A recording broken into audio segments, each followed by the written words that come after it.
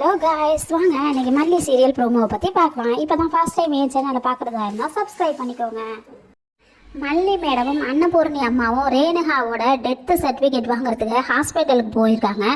அங்கே போய் டெத்து சர்டிஃபிகேட்டை வாங்கிக்கிட்டு வீட்டுக்கு வந்துடுறாங்க.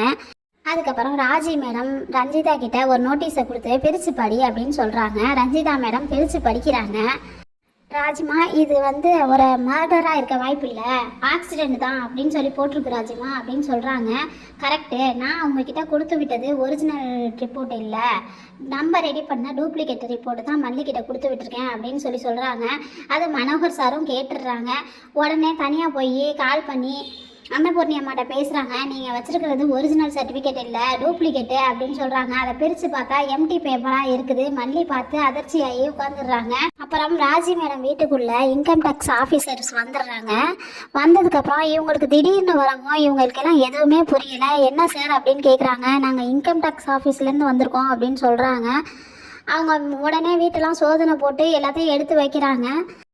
என்ன சார் இதெல்லாம் அப்படின்னு சொல்லி ராஜி மேடம் கேட்குறாங்க. அடுத்து வரப்போகிற கதையை அடுத்த வீடியோவில் பார்க்கலாம். தேங்க்யூ.